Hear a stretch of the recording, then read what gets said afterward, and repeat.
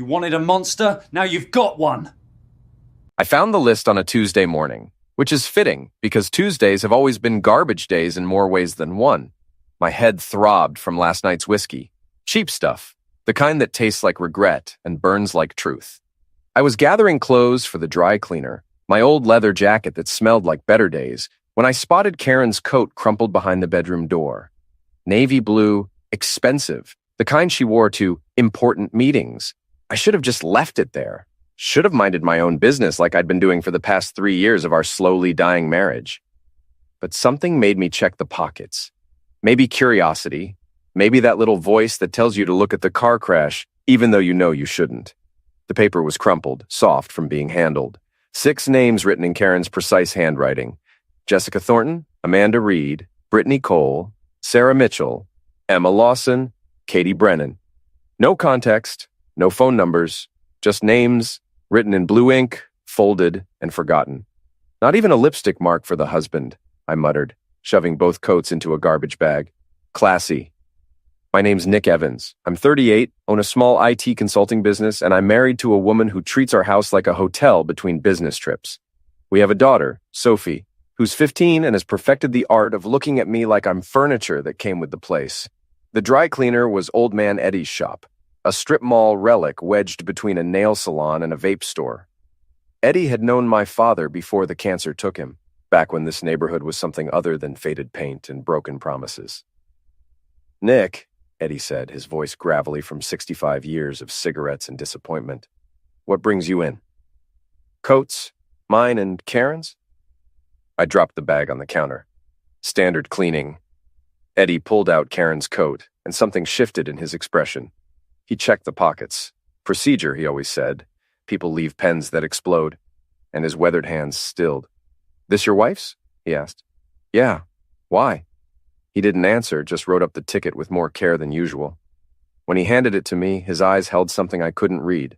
Knowledge, maybe, or warning. Come back Friday, he said. I'll have them ready. I left feeling like I'd missed something important, like a punchline I didn't understand. That night, Karen came home at 9:30, her usual time when she wasn't traveling.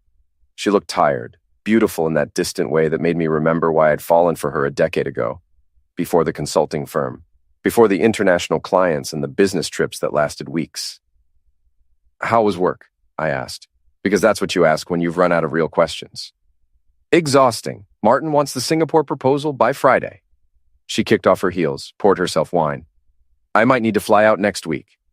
Martin Gray, her boss, 42, divorced, drove a Porsche, and wore suits that cost more than my monthly mortgage. I'd met him once at a company party, watched him touch Karen's lower back while laughing at something she said. The touch lasted 2 seconds too long. Another trip, I said, keeping my voice neutral. It's my job, Nick. The edge in her voice was familiar, sharp enough to cut, but dull enough to pretend it was accidental.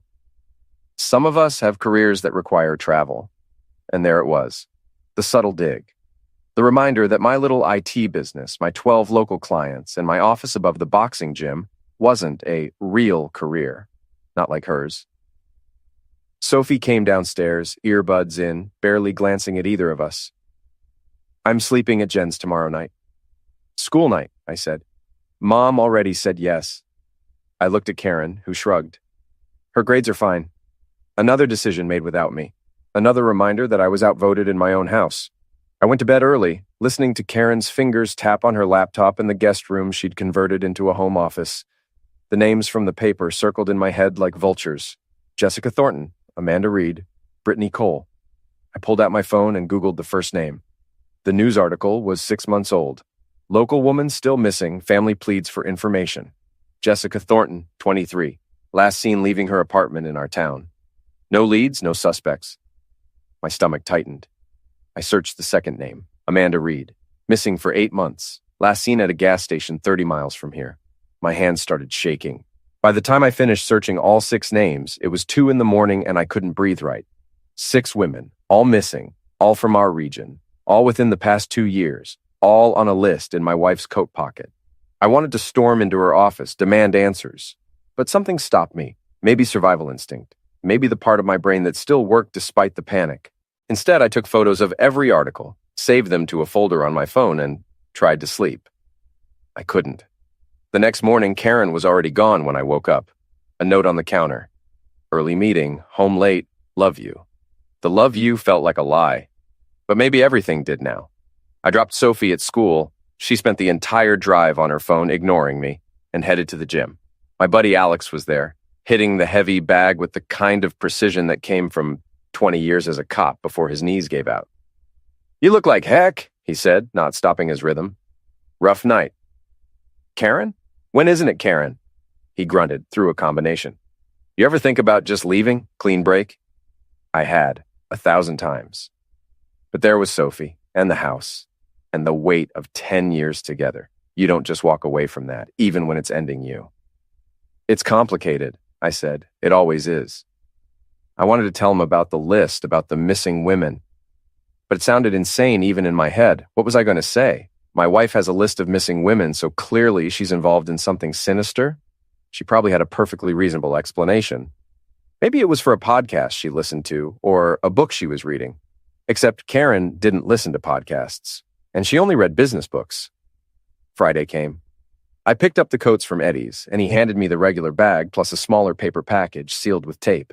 "What's this?" I asked. Eddie looked around the empty shop, then leaned close. "Found it in your wife's coat. In the lining. There was a tear." "What is it?" "Hair. Different colors. And—" He paused. "Some of it has red on the roots." The world tilted. "You got a family?" Eddie asked, his voice low. "You might want to be careful." I took the package with numb fingers, drove home in a daze, and locked myself in my office above the gym. The package sat on my desk like a bomb.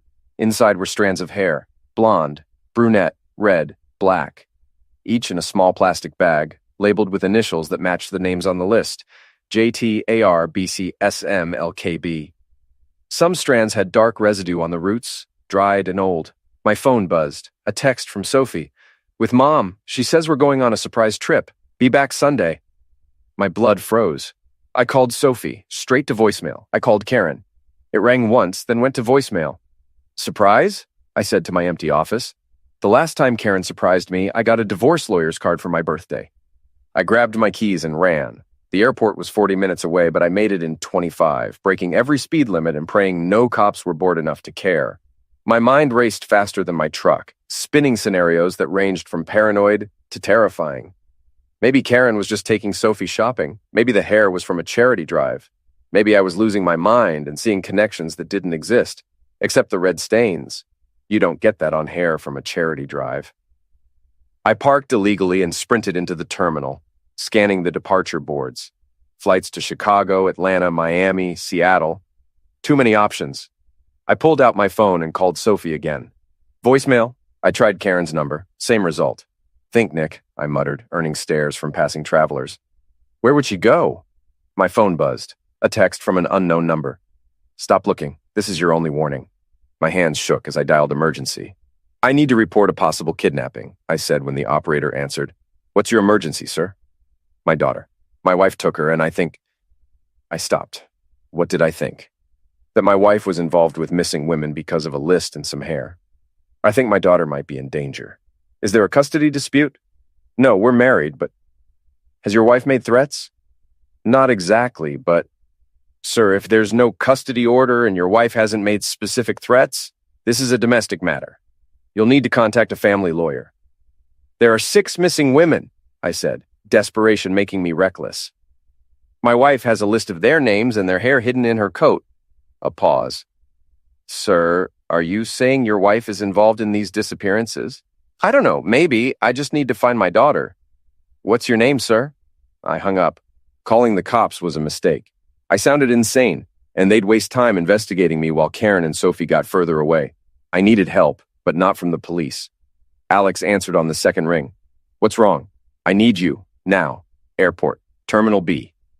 On my way. While I waited, I did what I should have done earlier. I checked Karen's social media, her email, anything I could access. Her Facebook was locked down, but her Instagram was public. The last post was from 3 days ago, a sunset photo with the caption, "Sometimes you need to escape." Escape. The word felt loaded. Alex arrived 20 minutes later, his old cop instincts kicking in the moment he saw my face. "Talk," he said. I showed him everything. The list, the hair, The missing women's articles, the text message. He listened without interrupting, his expression growing darker. You should have called me immediately, he said. I know, I thought I was being paranoid. Paranoid would be one name. 6 is a pattern. He pulled out his phone. I still have contacts at the department. Let me make some calls. While Alex worked his network, I searched Karen's recent credit card statements. I had access to our joint account, though she'd been using it less lately. 3 days ago, a charge at a hotel 2 hours north. The Riverside Inn. Alex, I said, showing him the charge. She was here, recently. He took a photo of the statement. That's near where 2 of these women disappeared, Amanda Reed and Sarah Mitchell. The pieces were connecting, forming a picture I didn't want to see. We need to go there, I said. We need to be smart about this. If Karen's involved in something, confronting her without proof could be dangerous. For you and Sophie. She has my daughter, which is why we do this right. Alex made another call, spoke in low tones, then hung up. I've got a friend in the department, Detective Jules Ramirez. She's good, and she owes me. She'll look into this quietly. How long? 24 hours, maybe less. I don't have 24 hours. Nick? She texted me about a surprise trip. What if they're going to that hotel? What if... I couldn't finish the sentence. Couldn't voice the fear that my wife, the woman I'd shared a bed with for 10 years, might hurt our daughter. Alex gripped my shoulder. We'll find them. But if you go charging in without a plan, you could make things worse. Trust me on this. I wanted to argue, but he was right. I was running on panic and adrenaline, not logic. Fine, I said, 24 hours. But if we don't have answers by then, I'm going to that hotel. Fair enough. In the meantime, let's see what else we can find. We spent the afternoon digging through Karen's digital footprint. Alex had tools from his cop days, programs that could recover deleted files and track location data. It wasn't exactly legal, but neither was whatever Karen was doing. Her laptop was at home, locked in her office. I'd never tried to access it before, some last vestige of trust or respect for privacy. That was gone now. We broke into her office at 6 p.m. The lock was simple, the kind that keeps out casual snoops but not someone motivated. Her laptop sat on the desk, closed, password protected. You know her passwords? Alex asked. I can guess. I tried her birthday, Sophie's birthday, our anniversary, all failed. Try her work stuff, Alex suggested. I typed in her employee ID number, then her boss's name, Martin, 2019. The laptop unlocked. Jesus, Alex muttered. She's using her boss's name as a password? They're close, I said, my voice flat. I'd suspected an affair for months, but having proof, even indirect proof, still stung. Her email was a goldmine of information, work correspondence mostly, but buried in a folder labeled research were documents that made my skin crawl. Interviews, dozens of them. Audio files labeled with initials, JT, Arkansas, BC, and the others. I clicked on one. A young woman's voice filled the room. I don't know why I'm telling you this. I've never told anyone. Karen's voice, warm and sympathetic. It's okay. This is a safe space. Tell me about your family. The woman talked about a harmful father, a mother who looked the other way, a childhood of fear and pain. Karen asked probing questions, gentle but persistent, drawing out details. The recording ended abruptly. What the heck is this? Alex asked. I opened another file. Another woman, another story of trauma, and another, and another. She's interviewing them, I said. All of them, the missing women. When were these recorded? I checked the file dates, all within the past 2 years, all weeks or days before each woman disappeared. She's targeting them, Alex said, his cop brain making connections. Finding vulnerable women, gaining their trust, and then... Then what? I demanded. What's she doing with them? I don't know, but we need to get this to Ramirez, now. Before we could move, my phone buzzed. A text from Sophie. Dad, where are you? Mom's acting weird? Relief and terror hit simultaneously. She's alive. She's texting. I called immediately. Sophie answered on the first ring. Dad? Sophie, where are you? Some hotel. Mom said it was a surprise weekend, but she's been on her phone the whole time and won't tell me what we're doing here. What hotel? What's it called? The Riverside something? We just checked in. The same hotel from the credit card statement. Sophie, listen to me very carefully. I need you to stay in your room and lock the door. Don't go anywhere with Mom until I get there. Dad, you're scaring me. I know, sweetheart, but trust me. Lock the door. I'll be there in 2 hours. Is Mom in trouble? Just lock the door. Please. Okay. She hung up. I looked at Alex. We're going, I said. Absolutely right we are. We took Alex's car, a beat-up sedan that didn't look like much but had an engine he'd rebuilt himself. The drive north was tense, silent except for the hum of asphalt and my racing thoughts. What was Karen doing at that hotel? Why bring Sophie? And what did she plan to do next? My phone buzzed again. Another unknown number. You should have stayed home, Nick. Now you've made this complicated. Someone's tracking me, I said, showing Alex the message. Or tracking your phone. He pulled over at a gas station. Give it here. He popped out the SIM card, crushed it under his heel, and handed the phone back. Use mine if you need to make calls. They can't track what doesn't ping. We got back on the road. An hour later, just as the sun was setting, Alex's phone rang. He answered, listened, and his expression darkened. That was Ramirez, he said after hanging up. She pulled the case files on the missing women. All 6 had one thing in common. What? They all filed police reports about stalking in the weeks before they disappeared.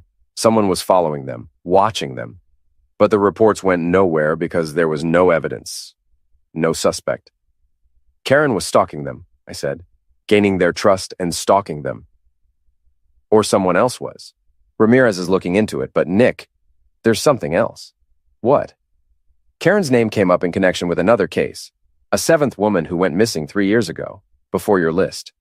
The woman's family mentioned that a consultant from Karen's firm had been asking questions about their daughter days before she vanished. 3 years ago. Before the list. Before the hair collection. How long has this been going on? I whispered. I don't know, but we're about to find out. We reached the Riverside Inn at 8:30. It was a small place, the kind of hotel that catered to fishermen and truckers, not tourists. Karen's car was in the parking lot. Room number? Alex asked. I called Sophie from Alex's phone. What's your room number? 212. Dad, when are you getting here? I'm in the parking lot. Stay put. We climbed the exterior stairs to the 2nd floor. Room 212 was at the end. Curtains drawn, lights on. I knocked.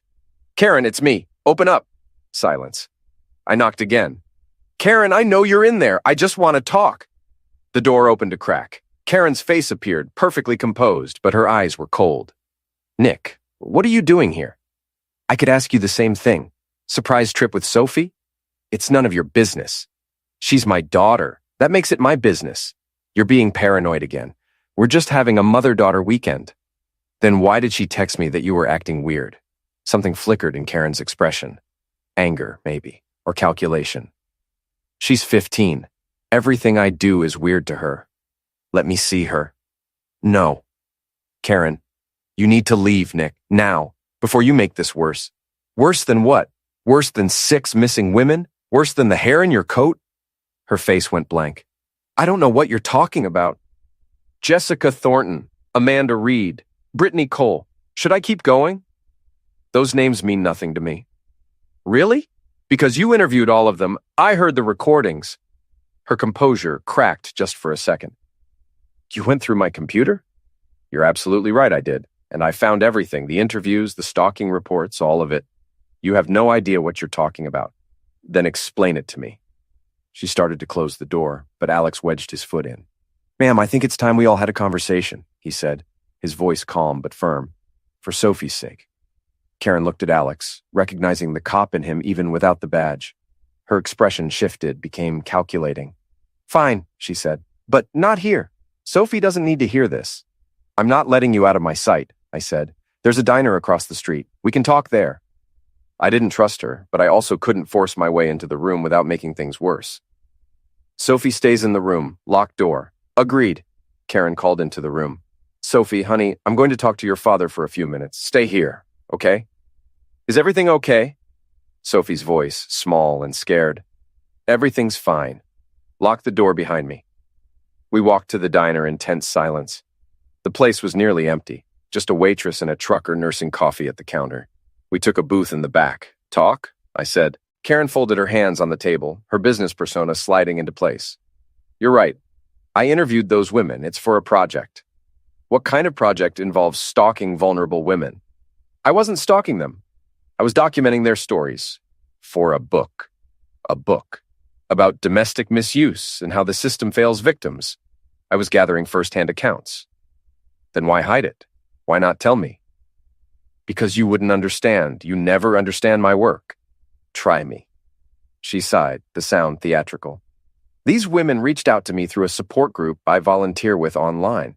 They wanted to share their stories anonymously. I was helping them. And the hair? What hair? The hair I found in your coat, with their initials, some of it with red stains. She blinked, and for a moment I saw genuine confusion. I don't know what you're talking about. Don't lie to me, Karen. I'm not lying. I have no idea what hair you're referring to. Either she was an incredible actress or she was telling the truth. But if she didn't put the hair in her coat, who did? Someone's setting you up, Alex said, reading my thoughts. Or setting both of you up. Karen's eyes widened. What do you mean? 6 women, all missing, all connected to you, all with evidence planted in your possession. Someone wants you to take the fall. That's insane. Is it? Who has access to your coat, your office? Karen went pale. Martin? Your boss? We've been working closely on a project. He has keys to my office, access to my things. Are you sleeping with him? I asked, the question bitter on my tongue. She looked away. That's not relevant? It's extremely relevant. Fine, yes. We had an affair. It's over now. When did it end? 2 weeks ago. I broke it off and he didn't take it well. Alex leaned forward. What did he say when you ended it? That I'd regret it. That I was making a mistake. He got intense. Intense how? He showed up at my house when Nick was out. He called me constantly. He said he'd ruin me if I didn't reconsider. The pieces were rearranging, forming a new picture. He's framing you, I said, for the disappearances. But why? Because you rejected him. Because he's a narcissist who can't handle losing control. Karen's hands shook. If he's been setting me up, then Sophie. We all realized it at the same time. Sophie's alone in that room, I said, already running. We sprinted across the street, up the stairs. The door to room 212 was open. Sophie was gone. On the bed, written in lipstick on the mirror. You should have stayed quiet. The room spun. My daughter was gone, taken by a man who'd already made 6 women disappear. And it was my fault for leaving her alone. We need to call the police, Karen said, her voice shaking. Right now. Alex was already on his phone with Detective Ramirez, explaining the situation in terse, professional terms. I stood frozen, staring at the lipstick message, my mind refusing to process what was happening. Nick. Karen grabbed my arm. We'll find her. We will. This is because of you, I said, the words cold and hard. Your affair, your lies, your... My what? My attempt to have something in my life that wasn't suffocating? You checked out of this marriage years ago, Nick. Don't pretend you're the victim here. Our daughter is missing and you're talking about our marriage? Our daughter is missing because of Martin, not me. Alex stepped between us. Both of you stop. This isn't helping. Ramirez is sending units to Martin Gray's address and his office. She's putting out an alert for Sophie. But we need to think, where would he take her? I don't know, Karen said. I don't know anything about his personal life. We just... at work and sometimes hotels. Think harder. Did he ever mention a place, a property, anywhere he liked to go? Karen closed her eyes, concentrating. He has a condo downtown. That's where we met. But he also mentioned something about a warehouse. His family's old business, something he inherited but never sold. Where? By the river. The industrial district. He said it was worthless property, but he kept it for sentimental reasons. Alex was already typing on his phone. Ramirez is checking property records. If he owns it, we'll find it. My phone, Alex's phone, buzzed. A text from an unknown number. Come alone to 1847 Riverside Drive. Bring the evidence. No police, or Sophie pays the price. I showed them the message. It's a trap, Alex said. I don't care. Nick, he has my daughter. I'm going. Then I'm coming with you. He said alone. And you think he's going to play fair? He's a butcher, Nick. You can't negotiate with him. Karen grabbed the phone. Let me go. I'm the one he wants. Absolutely not, I said. He's obsessed with me. If I show up, he'll focus on me. That gives you a chance to get Sophie out. Or he ends you both. I don't care. She's my daughter, too. For the first time in years, I saw genuine emotion in Karen's eyes. Not the calculated corporate mask, not the distant politeness, but raw, terrified love. We all go, Alex said, but we do it smart. Ramirez is on our way with backup. We stall until they arrive. And if he hurts Sophie while we're stalling, He won't, not yet. He wants an audience. Guys like Martin, they need to be seen, to be acknowledged. He'll wait. I hoped Alex was right. We drove to Riverside Drive in silence. The industrial district was a graveyard of failed businesses, empty factories, rusted fences, broken windows. Number 1847 was a large warehouse, the end of a dead-end street, its walls covered in graffiti, its parking lot full of weeds. Martin's Porsche was parked outside. "He's here," Karen whispered. "Stay behind me," Alex said, pulling a tool from his ankle holster. "And if I tell you to run, you run. Understood?" We nodded. The warehouse door was unlocked. Inside, the space was cavernous and dark, lit only by dusty windows high above. Old equipment sat rusting in corners, and the air smelled of mold and decay. "Sophie," I called out. "Sophie, are you here?" "Dad?" Her voice came from the back of the warehouse. I ran toward it, Alex and Karen close behind.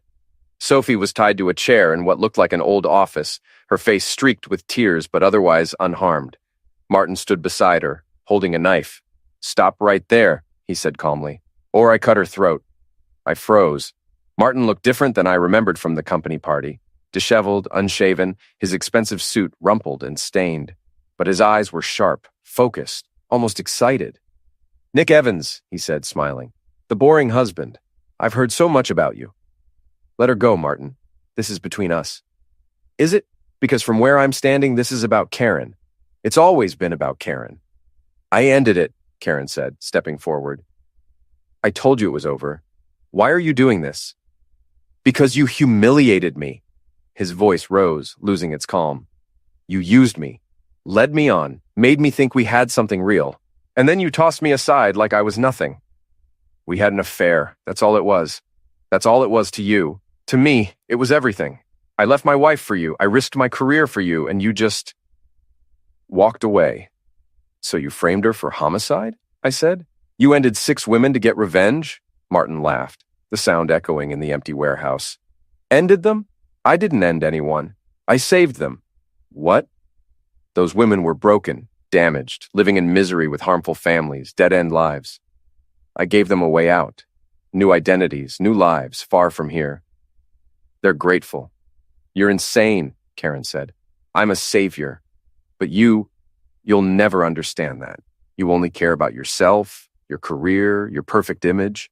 So I decided to destroy that image, plant evidence, make you look like a monster, let you feel what it's like to lose everything." "And Sophie?" I asked, my voice shaking with rage. "What does she have to do with this?" "Insurance, to make sure you both cooperate." He pressed the knife closer to Sophie's throat. "Now, where's the evidence? The hair, the recordings, all of it?" "It's with the police," Alex said. "They're on their way here right now." Martin's smile faded. "You're lying." "Am I? Check your phone. I bet you have a dozen missed calls from your lawyer by now." Martin pulled out his phone with his free hand, keeping the knife steady. His expression darkened as he scrolled through notifications. "You idiots," he hissed. "You've ruined everything." "Let Sophie go," I said. "This is over." "It's not over until I say it's over." He raised the knife, and I moved without thinking, lunging forward. Alex fired, not at Martin, but at the ceiling, the loud crack deafening in the enclosed space. Martin flinched, and I tackled him, driving him away from Sophie. We crashed into a pile of old crates. The knife skittered across the concrete floor. Martin fought like a cornered animal, clawing and biting, but I was fueled by rage and terror. I pinned him down, my fists connecting with his face once, twice, 3 times. "Nick, stop." Alex pulled me off. "He's done." Martin lay on the ground, red streaming from his nose, whimpering. The mighty executive reduced to a pathetic, broken man.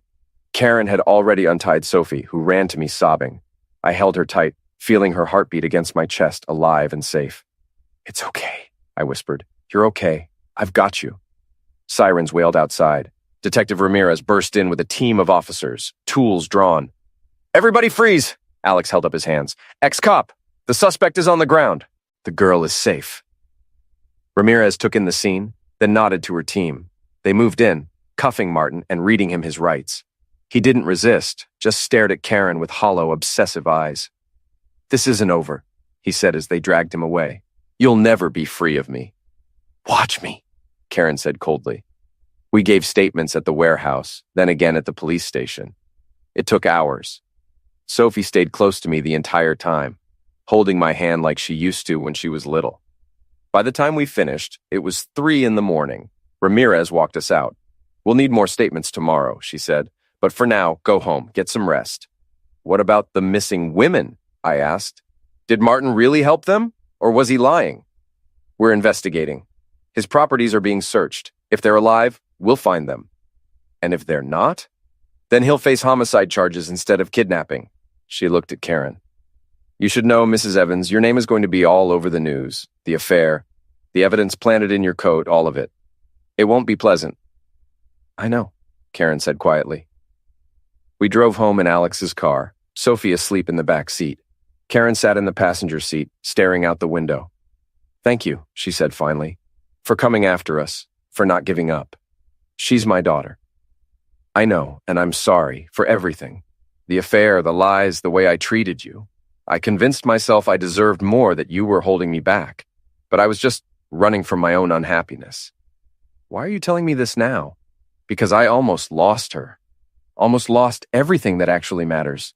And I realized that my career, my image, Martin, none of it means anything without Sophie, without family. We're not a family anymore, Karen. We haven't been for a long time." "I know, but maybe we could be friends, for Sophie's sake." I didn't answer. I was too tired, too emotionally drained to think about the future. We dropped Alex at his apartment with promises to talk soon, then drove to our house. I carried Sophie inside and tucked her into bed, watching her sleep for a long moment before heading downstairs. Karen was in the kitchen, making tea. "I'm going to stay with my sister for a while," she said. "Give you and Sophie some space. We can figure out the divorce details later." "Okay." "I mean it, Nick. I'm sorry for all of it." "I know you are, but sorry doesn't fix what's broken." She nodded, tears in her eyes, and went upstairs to pack. I sat alone in the kitchen, drinking her abandoned tea, trying to process everything. My wife had an affair. Her lover framed her for kidnapping and possibly homicide. My daughter was traumatized. My marriage was over. But Sophie was alive. That was what mattered. The rest, I'd figure out tomorrow. The news broke the next morning. Local executive arrested in connection with missing women read the headline with a photo of Martin being led away in handcuffs. By noon, Karen's name was everywhere. Consultant's affair leads to kidnapping plot, wife's secret life exposed. My phone rang constantly. Reporters, neighbors, people I hadn't spoken to in years, all wanting the story. I ignored them all. Sophie stayed home from school. She sat on the couch, wrapped in a blanket, scrolling through her phone with a haunted expression. "They're talking about it at school," she said. "Everyone knows." "I'm sorry, sweetheart. Is Mom really having an affair?" There was no point lying. Yes, she was. It's over now. "Are you getting divorced?" "Probably." "Good." Her voice was flat, emotionless. "She doesn't deserve you." "Sophie, I mean it, Dad. She's been awful to you for years. I saw it, even if you thought I didn't. The way she talked to you, like you were stupid. The way she was never home. I'm glad it's over." I sat beside her, putting my arm around her shoulders. "Your mom made mistakes, but she loves you. That hasn't changed. She put me in danger. Martin put you in danger, not your mom. She brought him into our lives." I couldn't argue with that. Detective Ramirez called that afternoon with an update. "We found them. The missing women. They're alive." Relief flooded through me. "Where?" "A compound in Montana. Martin set it up years ago. Convinced these women he was rescuing them from harmful situations. He gave them new identities, jobs, housing. They had no idea they were listed as missing persons." "So he was telling the truth?" "Partially. He did help them escape bad situations, but he also isolated them, controlled them, made them dependent on him. It's a cult mentality. We're working with psychologists to deprogram them and reunite them with their families." "And the hair in Karen's coat?" "Martin planted it. He collected samples from each woman before they left, kept them as trophies. When Karen ended the affair, he decided to frame her, make her look like a butcher. If you hadn't found the evidence when you did, he would have tipped off the police himself. He's insane. He's a narcissist with a savior complex. He genuinely believes he was helping those women and that Karen betrayed him by not appreciating his gift. He'll spend the rest of his life in prison, but in his mind, he's the victim. What about Karen? Is she facing charges? No, she's clear. The affair is messy, but not illegal. Her employer might fire her, but that's a civil matter. After Ramirez hung up, I sat in my office above the gym, staring at the evidence I'd collected. The list, the photos, the recordings. Proof of Karen's affair and Martin's obsession. I could destroy it, let Karen rebuild her life without the constant reminder of her mistakes. Or I could use it. The thought came unbidden, dark and tempting. Karen had humiliated me for years. Treated me like I was nothing. Made me feel small and worthless in my own home. I could return the favor. I could leak the recordings to the media, showing her complicity in Martin's scheme. Even if she didn't know what he was doing, she'd interviewed those women, gained their trust, provided information Martin used to manipulate them. I could ruin her career, her reputation, her life. The idea sat in my mind like poison, sweet and toxic. My phone buzzed. A text from Sophie. "Dad, can we order pizza tonight? I don't feel like cooking." I looked at the message, then at the evidence on my desk. What kind of man did I want to be? The kind who sought revenge, who dragged his daughter's mother through the mud for satisfaction? Or the kind who took the high road, who focused on healing instead of hurting? I thought about my father, who died when I was 25. He'd been a good man, quiet and steady, the kind who fixed things instead of breaking them. "What would you do, Dad?" I asked the empty office. The answer came immediately. He'd let it go. He'd focus on Sophie, on building a better life, on being the parent she needed. I gathered the evidence and drove to Detective Ramirez's office. She looked surprised when I walked in. "I want to give you everything," I said, handing her the files. "All the evidence I collected. Use it for the case against Martin. I don't need it anymore." "You sure? This could help in your divorce proceedings?" "I'm sure. I just want to move forward." She nodded, understanding. "For what it's worth, I think you're doing the right thing." I left feeling lighter, like I'd put down a weight I'd been carrying for years. That night, Sophie and I ate pizza on the couch and watched terrible reality TV. She laughed for the first time since the kidnapping, and the sound was the best thing I'd heard in months. "Dad," she said during a commercial break. "Yeah? I'm glad you came for me. I was really scared." "I'll always come for you, Sophie. Always." She hugged me and I held her tight, grateful for second chances and new beginnings. The next week was a blur of legal meetings and therapy sessions. Karen moved out officially, taking only her clothes and personal items. The house felt empty without her, but also peaceful. Sophie started seeing a counselor to process the trauma. I joined a support group for divorced parents. We were rebuilding, slowly but surely. Martin's trial was set for 6 months away. The media circus continued, but I stopped paying attention. It didn't matter anymore. What mattered was the life I was building with Sophie. The quiet evenings, the honest conversations, the slow healing of wounds I didn't know I had. One afternoon, about 3 weeks after everything happened, I was working in my office when Alex showed up. "Got a minute?" he asked. "Always." He sat down, looking uncomfortable. "I need to tell you something about the investigation." "What?" "Ramirez found something about Karen." My stomach dropped. "What did she find?" "The interviews Karen conducted. They weren't just for a book. She was being paid by Martin." "What?" "He hired her to identify vulnerable women. She'd interview them, gain their trust, get information about their lives and families. Then she'd pass that information to Martin, and he'd use it to convince them to disappear." "She was working with him?" She claimed she didn't know what he was doing with the information, that she thought it was for a legitimate research project. But Nick, she was paid $50,000 per interview. The room spun. She knew. She had to know. Maybe, maybe not. But Ramirez thinks there's enough evidence to charge her as an accessory. Does Sophie know? Not yet. I wanted to tell you first. I put my head in my hands. I gave up the evidence. I let it go. I tried to do the right thing. You did do the right thing. This isn't your fault. She's Sophie's mother. If she goes to prison, she might not. Her lawyer is good, and there's reasonable doubt. But you need to prepare Sophie for the possibility. I wanted to scream, wanted to punch something, wanted to go back in time and never pick up that awful coat. But I couldn't. All I could do was move forward. "I'll tell her tonight," I said. "You want me there?" "No, this is something I need to do alone." That evening, after dinner, I sat Sophie down and explained everything. She listened quietly, her expression unreadable. "So Mom might go to jail?" she asked when I finished. "Maybe. I don't know. Do you think she knew what Martin was doing?" I honestly don't know, Sophie. Part of me wants to believe she didn't, but part of me thinks she had to suspect something. I don't want to see her, Sophie said suddenly. If she goes to trial, if she's convicted, I don't want to visit her in prison. I can't.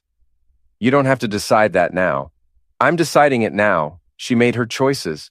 I'm making mine. I pulled her into a hug, my heart breaking for her. 15 was too young to lose faith in a parent, but life didn't care about fair.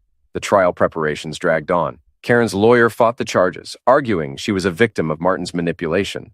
The prosecution countered that she'd knowingly participated in a scheme to isolate vulnerable women. I stayed out of it, focusing on Sophie and my business. Old Man Eddie's dry cleaning shop became a regular stop, not for cleaning, but for coffee and conversation. He'd been through his own divorce decades ago and had wisdom to share. The thing about betrayal, he said one afternoon, is that it changes you, makes you harder, more cautious. But it doesn't have to make you bitter. That's a choice.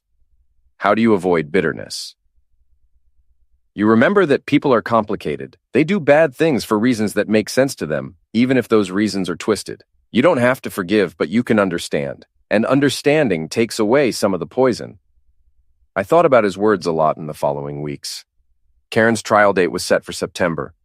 In the meantime, she was allowed to stay out on bail, but she couldn't contact Sophie without supervision. She called me once asking to see our daughter. She doesn't want to see you, I said. Please, Nick, I need to explain. There's nothing to explain. You made choices. Now you live with them. I didn't know what Martin was doing. You have to believe me. I don't have to believe anything. And frankly, I don't care anymore. You're Sophie's problem now, not mine. Don't turn her against me. I didn't have to. You did that yourself. I hung up, feeling nothing. No anger, no satisfaction, just emptiness. The months passed. Summer came, hot and humid. Sophie went to camp, made new friends, started smiling again. I dated a woman for my support group, nothing serious, just coffee and conversation. But it felt good to connect with someone who understood. Martin's trial concluded first. He was convicted on 6 counts of kidnapping and sentenced to 30 years. The women he'd saved gave victim impact statements describing the psychological damage he'd caused. He showed no remorse, insisting until the end that he'd been helping them. Karen's trial started in September as scheduled. I didn't attend, but I followed the news coverage. Her lawyer argued she'd been manipulated, that she genuinely believed she was conducting research for a book. The prosecution presented evidence of the payments, the detailed information she'd gathered, the suspicious timing of her interviews. The jury deliberated for 3 days, guilty on 2 counts of conspiracy, not guilty on the others. She was sentenced to 5 years, with possibility of parole after 3. Sophie cried when I told her, but she didn't ask to visit. She'd made her choice. I felt nothing. No victory, no vindication. Just a sad acceptance that this was how our story ended. Karen's sentencing was scheduled for a Friday morning in late September. I hadn't planned to attend. What was the point? But Sophie surprised me the night before. I want to go, she said. Are you sure? I need to see it, to know it's real. So we went. The courthouse was packed with reporters, victims' families, and curious onlookers. We sat in the back, trying to be invisible. Karen was led in wearing an orange jumpsuit, her hair pulled back, no makeup. She looked small, diminished, nothing like the powerful consultant who'd once commanded boardrooms. Her eyes found mine across the courtroom, and something passed between us. Not forgiveness, not hatred, just acknowledgement. We'd both lost everything in different ways. The judge read the sentence. 5 years in a minimum security facility, with mandatory counseling and restitution to the victims' families. Karen's lawyer requested she be allowed to make a statement. The judge agreed. Karen stood, her hands shaking. I want to apologize to the women I hurt. I was selfish and blind, and I convinced myself I was doing something good when I was really just enabling a monster. I'm sorry to my daughter, Sophie, for failing her as a mother. And I'm sorry to my husband, ex-husband, for the years of pain I caused. She looked directly at me. Nick, I know you'll never forgive me. I don't deserve forgiveness. But I want you to know that the best thing I ever did was marry you. And the worst thing I ever did was forget that. You're a good man, and Sophie is lucky to have you. The words should have meant something, but they felt hollow. Too little, too late. The judge dismissed the court. Karen was led away. Sophie and I walked out into the autumn sunshine. You okay? I asked. Yeah, I think I am. Want to get lunch? Can we go to that diner you like? The one with the good fries? Absolutely. We drove to the diner, the same one where Alex and I had eaten countless times. Sophie ordered a burger and fries, and we sat in comfortable silence, watching the world go by outside the window. My phone buzzed, a text from an unknown number. This is Melissa Young, Karen's friend. We need to talk. I showed Sophie the message. You know who this is? Mom's best friend. She used to come over all the time. Should I respond? I don't know. What does she want? I texted back, what about? The response came immediately. I have information about Karen. Things she didn't tell the police. Meet me at Riverside Park in 1 hour. It's probably a trap, Sophie said. Probably. Are you going to go? I don't know. What do you think? I think, she paused, considering. I think you should go, but take Alex with you. Smart kid.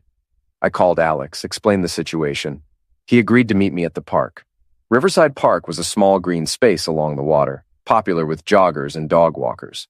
Melissa was waiting on a bench near the fountain, wearing sunglasses and a baseball cap like she was in a spy movie. Nick, she said as I approached.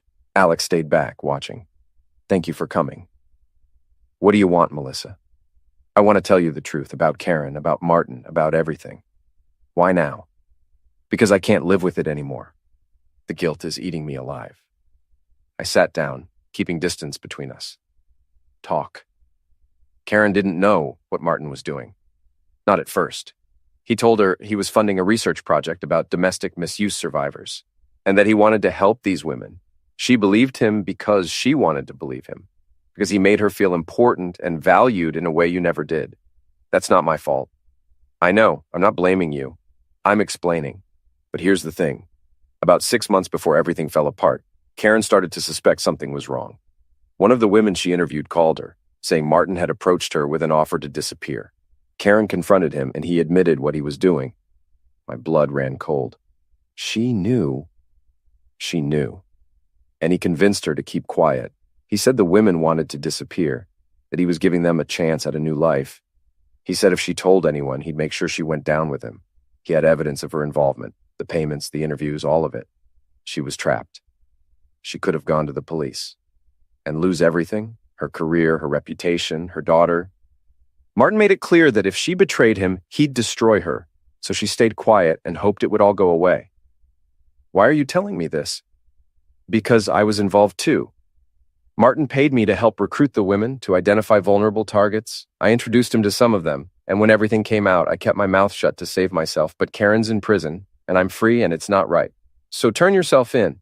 I will, but first, I wanted you to know the truth.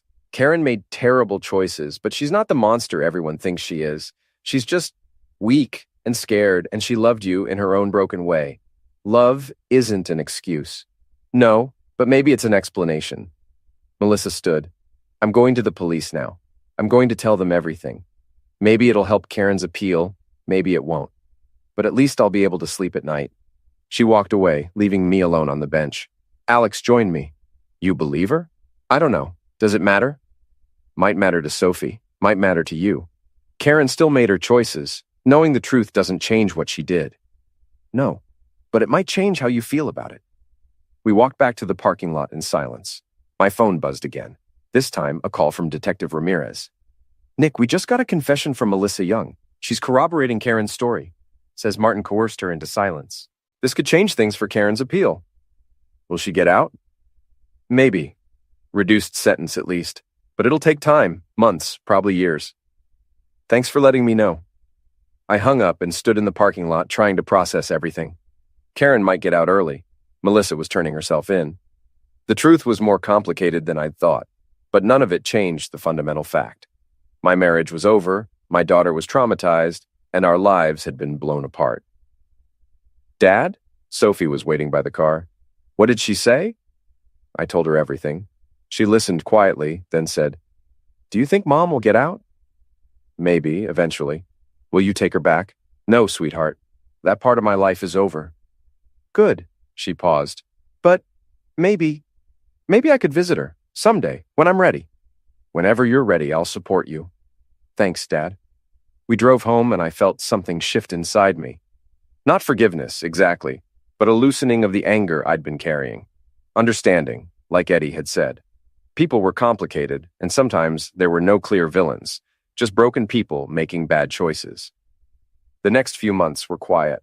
Melissa was charged as an accessory and sentenced to 3 years. Karen's lawyer filed an appeal based on the new evidence.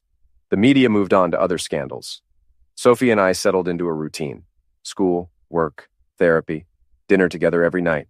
We were healing, slowly but surely. In December, I got a letter from Karen. It was short, handwritten on prison stationery. Nick, I heard about Melissa's confession. I know it doesn't change what I did, but I hope it helps you understand why I did it. I was scared and stupid and selfish. I thought I could control the situation, but I was just making it worse. I don't expect forgiveness. I don't even expect you to read this. But I wanted you to know that I'm sorry, truly, deeply sorry, for the affair, for the lies, for putting Sophie in danger, for wasting the years we had together by always looking for something more. You were enough, Nick. You were always enough. I was just too blind to see it. I hope you and Sophie are doing well. I hope you found happiness, or at least peace. You both deserve it, Karen. I read the letter 3 times, then put it in a drawer. Maybe someday I'd show it to Sophie. Maybe not. It didn't matter. What mattered was the life we were building now, without Karen's shadow hanging over us. Christmas came. Sophie and I decorated the tree together, made cookies, watched old movies. It wasn't the family I'd imagined when I got married, but it was enough. On Christmas Eve, as we sat by the tree, Sophie said, "Dad, I've been thinking." "About what?" "About Mom. I think I want to write her a letter. Not to forgive her, but just to tell her how I feel. Is that okay?" "Of course it's okay. You can have whatever relationship with her you want." "I don't want a relationship, not yet. Maybe not ever, but I want her to know that I'm okay, that we're okay, that she didn't completely destroy us." "That sounds healthy." She smiled, and I saw my father's stubbornness in her eyes, mixed with Karen's intelligence and my own determination. She was going to be fine. We both were. In January, I got a call from Detective Ramirez. "Thought you'd want to know. The appeals court ruled on Karen's case. Her sentence was reduced to 3 years, time served counting as 1. She'll be eligible for parole in 18 months. How is she? According to her lawyer, she's doing well, attending counseling, working in the prison library. She's trying to make amends." "Good for her." "You sound like you mean that." "I do. I don't want her to suffer. I just don't want her in my life." "Fair enough. Take care of yourself, Nick." "You too, Detective." I hung up and went back to work. My business was growing. I'd hired 2 employees and moved into a proper office space. Sophie was thriving in school, talking about colleges and careers. We were moving forward, building something new from the wreckage of the old. One evening in March, I was closing up the office when I saw a familiar car in the parking lot. Karen's sister Beth got out and walked toward me. "Nick," she said, "can we talk?" "About what?" "Karen. She's up for parole next month." She wanted me to ask if you'd be willing to write a letter to the parole board, not supporting her release, just acknowledging that she's taken responsibility for her actions. Why would I do that? Because despite everything, you're a good man. And because Sophie might want a relationship with her mother someday, and that'll be easier if Karen's out. I thought about it. Thought about the years of pain, the betrayal, the trauma. Thought about Sophie's letter, about healing and moving forward. "I'll think about it," I said. "That's all I'm asking." She left, and I stood in the parking lot watching the sunset. The sky was orange and purple, beautiful in that fleeting way that reminds you nothing lasts forever, not pain, not anger, not even love. I went home and wrote the letter to the parole board. "My name is Nick Evans, and I'm writing regarding Karen Evans's parole hearing. I want to be clear. I'm not advocating for or against her release. That's your decision to make. What I can tell you is that Karen has taken responsibility for her actions. She's apologized to me and to our daughter. She's acknowledged the harm she caused. Whether that's enough for parole is not for me to say. What I know is that everyone deserves a chance at redemption. Karen made terrible choices, but she's not beyond saving. If you decide to release her, I hope she uses that opportunity to become the person she should have been all along.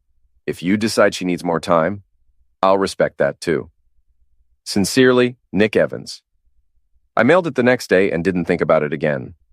In April, Sophie came home from school with news. Mom got parole. She's getting out next month. How do you feel about that? I don't know, scared maybe, but also relieved. Like this chapter can finally close. You don't have to see her if you don't want to. I know, but I think I do want to, eventually, just to see if she's really changed. That's brave of you. I learned it from you. Karen was released in May on a Tuesday morning. I didn't go to pick her up. Her sister did that. But I saw her a week later when she came to pick up some belongings from the house. She looked different, older, thinner, with gray streaks in her hair she hadn't bothered to dye. But her eyes were clearer, more present. "Nick," she said, "thank you for the letter. I know I didn't deserve it." "You're right. You didn't. I'm not going to ask for forgiveness. I know that's not possible. But I want you to know that I'm going to spend the rest of my life trying to make amends. To Sophie, to the women I hurt, to everyone. Good luck with that." "Can I see her, Sophie?" "That's up to her. She knows you're out. If she wants to see you, she'll reach out." Fair enough. She picked up the box of her things. Photos, books, mementos from a life that no longer existed. "You're a good man, Nick. I hope you find someone who appreciates that." "I'm not looking." "You should be. You deserve to be happy." She left, and I watched her drive away, feeling nothing but a vague sense of closure. Sophie did eventually reach out to Karen. They met for coffee, awkward and tense, but it was a start. I stayed out of it, letting them rebuild their relationship on their own terms. As for me, I focused on my business, on Sophie, on the life I was creating. I started dating again.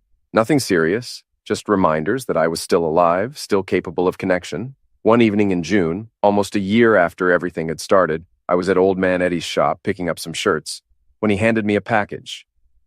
"What's this?" I asked. "Your wife's coat, the one you brought in last year. I kept it as evidence for the trial, but now that everything's settled, I figured you might want it back or throw it away, whatever gives you closure." I took the coat, feeling its weight. The coat that had started everything, that had held the list and the hair and the secrets. "Thanks, Eddie." "You doing okay, kid?" "Yeah, I think I am." "Good. Your old man would be proud." I drove home and stood in the driveway holding the coat. I could keep it, a reminder of everything that had happened, or I could let it go. I chose to let it go. I drove to the river to the industrial district where Martin's warehouse still stood empty, awaiting demolition. I walked to the edge of the water and threw the coat in, watching it sink beneath the surface. "Stains never wash out," I said to the empty air, "but sometimes you just have to throw away the whole awful thing." I turned and walked back to my truck, feeling lighter than I had in years. Sophie was waiting when I got home, sitting on the porch with her laptop. "Where'd you go?" she asked. "Just tying up loose ends." "Everything okay?" "Everything's perfect." And for the first time in a long time, I meant it. We were okay. Scarred, changed, but okay. And that was enough. That was more than enough.